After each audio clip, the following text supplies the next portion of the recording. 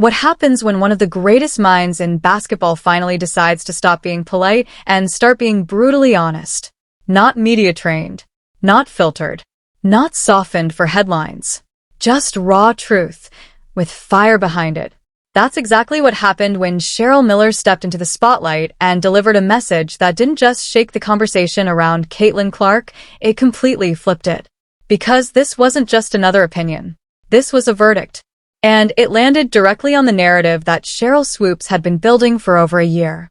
To understand why Cheryl Miller's words hit like a thunderclap, you have to go back, before the headlines, before the viral clips, before the tension reached its boiling point. You have to go back to when Caitlin Clark hadn't even stepped foot into the professional league yet. Before the sold-out arenas. Before the record-breaking ratings. Before she became the face of a new era. That's when the first narrative dropped. A claim that spread like wildfire. A claim that sounded shocking enough to stick, but questionable enough to demand scrutiny. Sheryl Swoopes said Caitlin Clark was dominating college basketball because she was older. That she was essentially a 25-year-old competing against 20-year-olds. That her success wasn't just talent, it was advantage. It was a statement designed to reframe greatness as something artificial. There was just one problem. It wasn't true. Not slightly wrong. Not debatable. Completely false. Caitlin Clark was 22 years old during her historic senior season, exactly where she was supposed to be.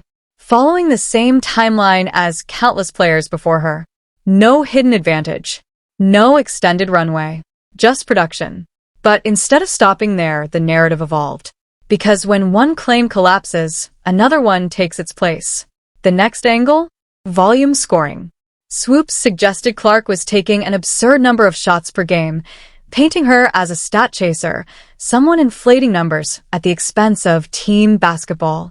The number thrown out? 40 shots per game. Again shocking. Again memorable. And again completely detached from reality. The actual number sat around 22. 7. Not even close. And here's where it gets uncomfortable. Because when you compare that to Sheryl Swoopes' own playing career, the gap nearly disappears. Swoopes herself averaged just a few shots fewer during her own peak season. Which raises a question that started echoing louder and louder across the basketball world. How do you criticize a player for something you essentially did yourself? That's not analysis. That's contradiction. But the moment that truly exposed everything was the record. The record everyone was watching. The one that had stood untouched for decades. The all-time NCAA scoring record, long held by Pete Maravich. As Caitlin Clark closed in, the entire basketball world leaned forward. This wasn't just a milestone. This was history knocking. And just as she approached it, the narrative shifted again. Suddenly, the legitimacy of the record itself was questioned. The argument? That Clark had extra time, extra opportunity. That the record didn't carry the same weight. But reality told a different story. She broke the record in 4 years. The same window that defines greatness at the college level.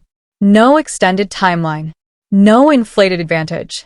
And perhaps most telling of all, she didn't even use the extra eligibility available to her. She didn't need it. She broke the record and walked away. No excuses. No footnotes. Just dominance. Then came the professional level. The moment critics had been waiting for.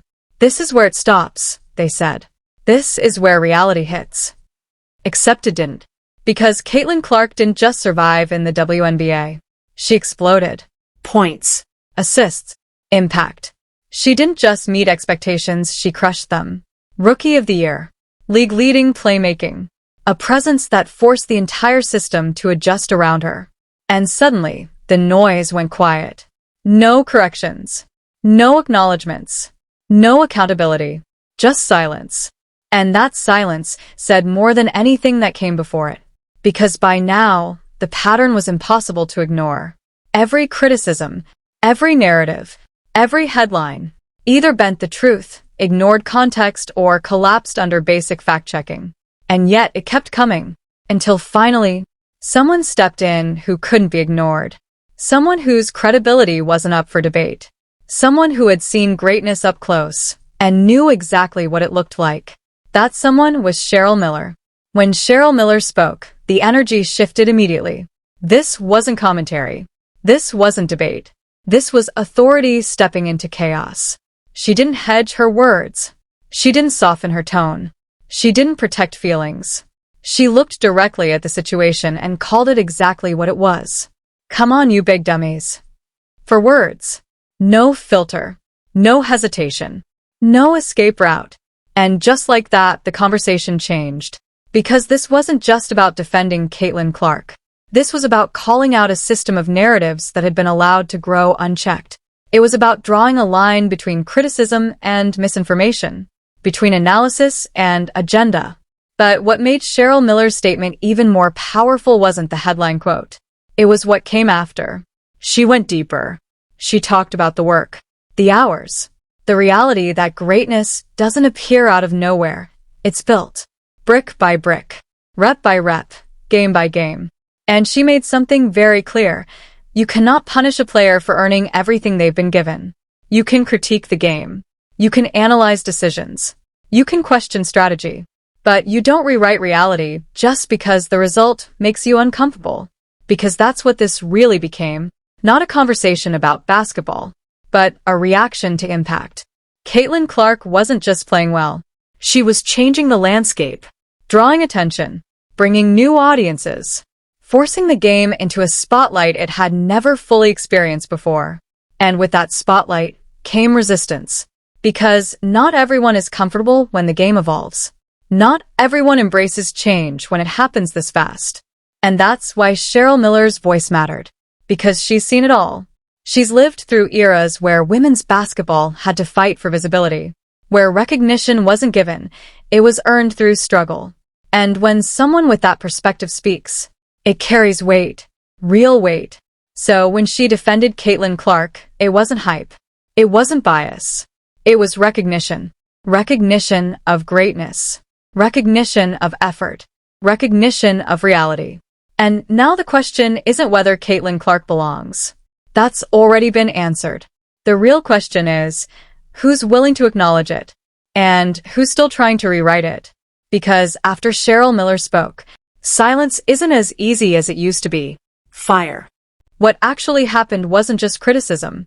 It was something far more calculated and far more dangerous. A steady stream of claims, delivered with confidence, repeated with authority, and amplified across platforms until they started to feel real.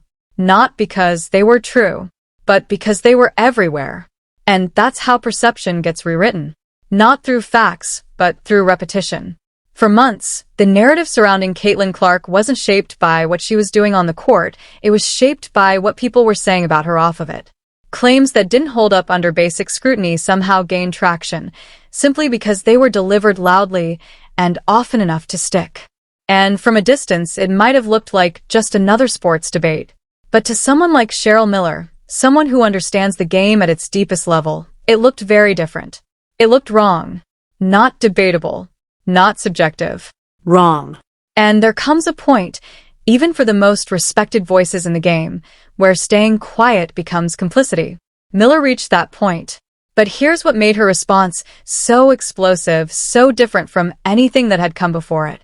This wasn't loyalty. This wasn't friendship. This wasn't someone jumping into a trending topic to stay relevant. This was something far more uncomfortable for the critics. Independent verification. Because Cheryl Miller didn't walk into that conversation already convinced. She wasn't blindly defending Caitlin Clark. In fact, she was skeptical. She had heard the same noise, the same narratives, the same questions about whether the hype had outgrown the reality. And instead of choosing a side, she chose to look for herself. That moment came during the WNBA All-Star environment. Away from the noise, away from the headlines, away from the carefully constructed narratives. Just basketball. Pure, unfiltered, high-level competition. And what Miller saw there didn't match the story she had been told. Not even close. Because what stood in front of her wasn't a product of hype. It was something much harder to fake. Genuine basketball intelligence. The kind that doesn't always show up in highlight reels. The kind that doesn't scream for attention, but quietly controls everything. Miller watched Clark process the game in real time, and what she saw forced her to reassess everything. Not gradually, Instantly, she saw a player operating on a different mental level, not just reacting to the game but predicting it, not just making passes, but manipulating outcomes before they even unfolded. 3 steps ahead. Always. The kind of vision that turns chaos into control. And then there was the detail that only true basketball minds notice. The bounce pass. In an era where flash dominates fundamentals, Caitlin Clark was using one of the oldest tools in the game like a weapon. Not randomly, not occasionally, precisely, deliberately, breaking defenses in ways that don't always make the highlight reel, but win possessions, win games, win respect. And when Cheryl Miller pointed out that you could set a screen for Clark, but she doesn't even need it, that wasn't praise. That was a warning. Because players who don't need structure to create advantage are the ones who change the structure entirely. And then came the part of the narrative that had been repeated the loudest. Defense. The supposed weakness. The proof critics leaned on to balance the conversation. Miller expected to see it. She looked for it. Actively. But what she found didn't match the story. Not even remotely. Clark wasn't a defensive liability. She was engaged. Aware. Positionally smarter than advertised. Not perfect, but far from the exaggerated weakness that had been pushed for months. And that realization created a problem. Because once you remove the false weaknesses, what's left? Greatness. Uncomfortable, undeniable greatness. But the most powerful moment didn't happen during a play. It didn't come from a stat. It didn't come from a breakdown. It came from something human. Something raw. Something that exposed everything happening beneath the surface. When the Indiana Fever finally secured a win early in the season, a moment that should have been purely celebratory, something unexpected happened. Cheryl Miller approached Caitlin Clark, not as an analyst, not as a legend, but as someone who understood. And she embraced her. A real hug. Not performative. Not for cameras. Real. And Clark's response said more than any statistic ever could. Finally, somebody who's on my side. Read that again. Let it sit. Because that wasn't frustration. That wasn't ego. That was relief. Relief from a season filled with noise. Relief from narratives that didn't match reality. Relief from carrying expectations while being questioned at every step. This wasn't a player asking for sympathy. This was a competitor who had been fighting 2 battles at once. The game itself, and the story being told about her. And in that moment, Cheryl Miller didn't just offer support. She offered something far more valuable. Perspective. Keep being you. Simple words. But coming from someone who had lived through the weight of greatness, they meant everything. Because Miller understood something most people don't. The crown Caitlin Clark is wearing was never self-proclaimed. It was given. By the fans. By the numbers. By the impact. She didn't ask to be the face of anything. The game made her one. And with that came resistance. Because when the game evolves, not everyone evolves with it. And confidence, especially from someone rewriting expectations, gets misinterpreted, reframed, twisted. What should be seen as dominance becomes labeled as arrogance. What should be respected becomes questioned. And that's exactly where the narrative broke. Because Cheryl Miller didn't just defend Caitlin Clark. She exposed the gap. The gap between narrative and reality. And once that gap is seen clearly, it's impossible to ignore. But here's where the story takes an even bigger turn. Because this isn't just about one player being defended. This is about what's coming next. Miller didn't hesitate when talking about the future of the Indiana Fever. She didn't soften it. She didn't hedge it. She said it plainly. This team is coming. And not slowly. What she saw wasn't just talent. It was something far more dangerous. Fearlessness. A team that doesn't hesitate. Doesn't second-guess. Doesn't shrink. And in professional basketball, that mentality is everything. Because talent wins games. But mentality wins championships. And then came the surprise. Even for someone like Cheryl Miller, the intelligence, the collective IQ of this young group caught her off guard. Not because she thought they lacked it, but because of how quickly it showed up under pressure. Processing speed, decision-making, execution. all happening at a level that usually takes years to develop. And at the center of it all, Caitlin Clark. Not just as a scorer, not just as a passer, but as the engine, the connector, the player who elevates everything around her. And quietly, something else is forming. Something the basketball world is just beginning to notice. A connection between past and future, between legacy and evolution, between Cheryl Miller and Caitlin Clark. This isn't media-driven. It's not staged. It's not convenient. It's real, built through observation, strengthened through understanding, and rooted in one undeniable truth: greatness recognizes greatness. And now the conversation has changed. The false narratives have been challenged. The exaggerated claims have been exposed. The silence has been broken. But the story? It's just getting started. Because now the question isn't whether Caitlin Clark is ready. That's already been answered. The real question is, who else is? Because as this next chapter unfolds, one thing is becoming very clear. The league is watching. The fans are watching. And the margin for doubt is disappearing fast. What made this entire situation explode wasn't just what was said. It was how long it was allowed to continue unchecked. Because when you step back and really look at it, what unfolded around Caitlin Clark wasn't normal criticism. It wasn't the kind of analysis elite players face every season. It was something far more layered, something that blurred the line between opinion and distortion. A narrative wasn't just created. It was maintained, repeated, reinforced, until it started shaping how people felt, even when the facts didn't support it. And that's the part that hit someone like Cheryl Miller the hardest.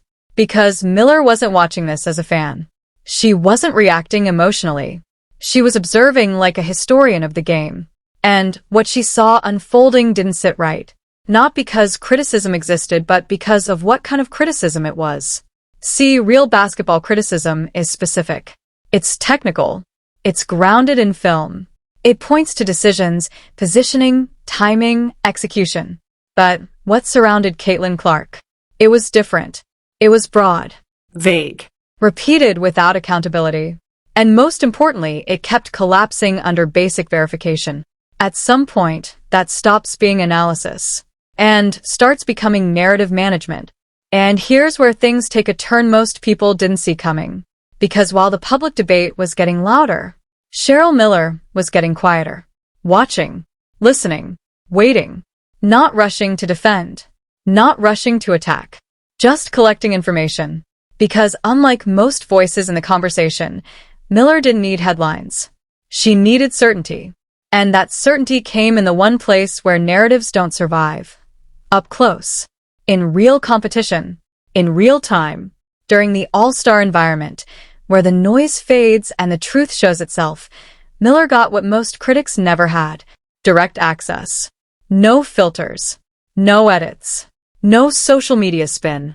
Just Caitlin Clark playing basketball. And what she saw didn't just challenge the narrative. It dismantled it.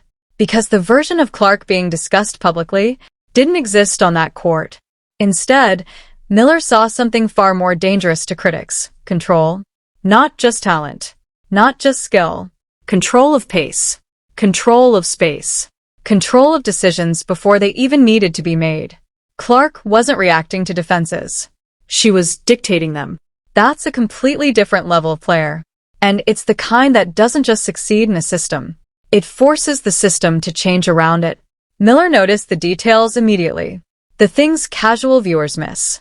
The angles of passes. The timing of movement. The way Clark manipulated defenders without even touching the ball. And then came the realization that changed everything. This wasn't hype catching up to reality. This was reality being held back by the narrative. And once Miller saw that with her own eyes, there was no going back. Because now, staying silent wasn't neutral anymore. It was endorsement. So when she finally spoke, it wasn't reactionary. It was calculated, precise, and devastatingly direct. But what made her words hit even harder wasn't just the authority behind them. It was the fact that she started from doubt. She didn't arrive as a believer. She arrived as a skeptic. And left completely convinced. That transformation? It's something critics couldn't argue with. because it mirrored exactly what they claimed to be doing but never actually did, evaluating honestly. And then came the moment that changed the tone of the entire story, not in a press room, not on a microphone, but in a single human interaction. When the Indiana Fever finally broke through and secured a win, it should have been simple. Relief, celebration, momentum. But what happened next revealed something deeper. Cheryl Miller walked toward Caitlin Clark and embraced her, not as a legend meeting a rookie, but as someone who understood exactly what she was going through. And Clark's response?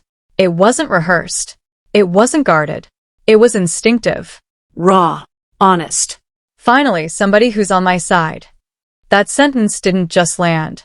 It echoed, because it exposed something the numbers never could.